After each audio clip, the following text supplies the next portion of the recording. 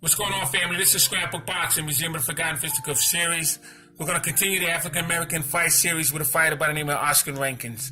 Now, Oscar Rankins was born on February 16, 1912 in Texas, and unfortunately died November 13, 1928 in Los Angeles, California. He began his professional debut September 19, 1928 as a middleweight, went up as high as light heavyweight.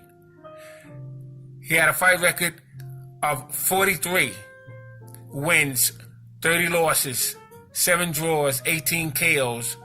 His total bout was 80 fights. He had 532 rounds of experience. That's phenomenal. He would fight fighters such as Billy Conn. Billy Conn at the time had a record of 32-6. He had lost to Billy Conn, but Billy Conn would become light heavyweight champion of the world after Milo Martina.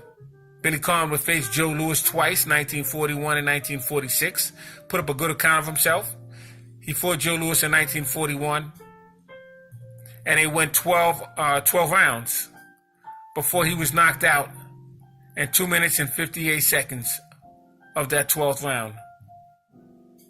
He would fight Joe Louis again in 1946 and be knocked out in the 8th round, but he put up a good account of himself. So that was a very good fight. But unfortunately, he would lose the fight to Billy Conn. Oscar Rankins would go on and fight Solly Krieger. Solly Krieger was become middleweight champion of the world, actually. And he had a record at the time of 56-11. He would defeat Solly Krieger, so that was an outstanding win. Solly Krieger, like I said, would become middleweight champion of the world. Solly Krieger beat Billy Conn. So that was a good victory for Oscar Rankins. At the time, Solly Krieger had a record of 56-11. He fought him on March 18, 1937.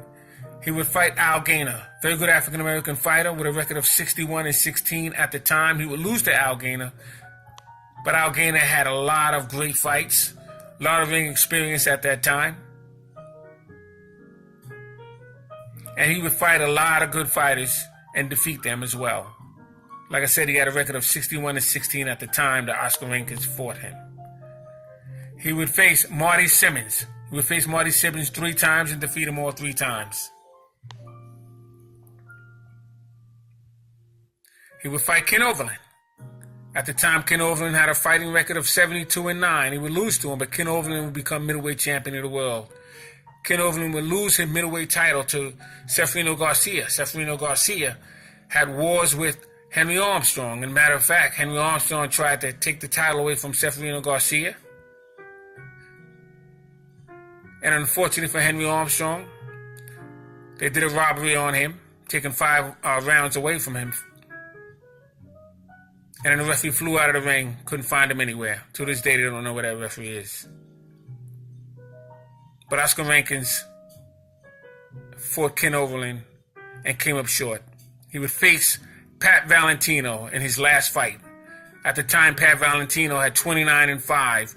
Like I said, he would lose to Pat Valentino, but Pat Valentino was in there with Ezra Charles.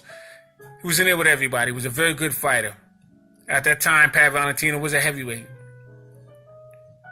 But he was light heavyweight and heavyweight. And like I said, Oscar Rankins was a middleweight and turned light heavyweight. So I just want to give homage to Oscar Rankins. Salute to him. Salute to him in my African-American fight series. This is Scrapbook Boxing, Museum of the Forgotten Fisticuffs series. Salute to Oscar Rankins. Salute to my subscribers.